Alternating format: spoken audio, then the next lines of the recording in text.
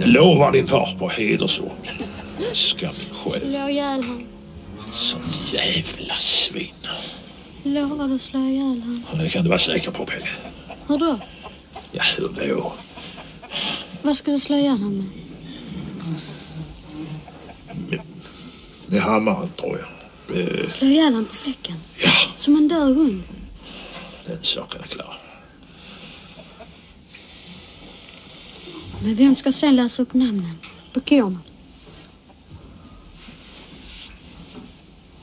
Ja, det har du rätt i. Ja. Vi får nöja oss med att piska han då. Så kan han läsa för oss i fortsättningen också. Men ordentligt med pryl, det ska han i alla fall ha. Lasse! Lasse!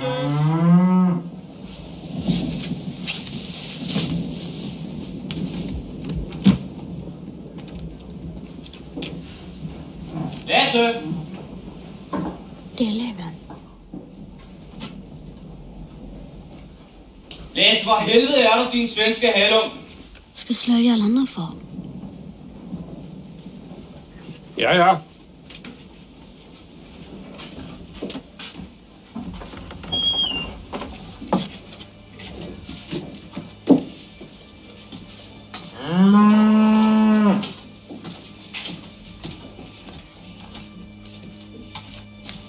Herr Leven, jag ville protestera mot att herr Leven...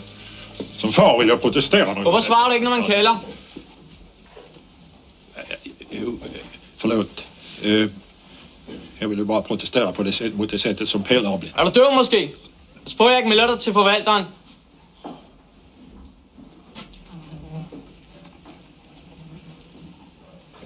Nå, men Aspasia skal ikke på græs i morgen. Ska hon kalva kanske? Ja, selvfølgelig. Tror du måske, hun skulle fole?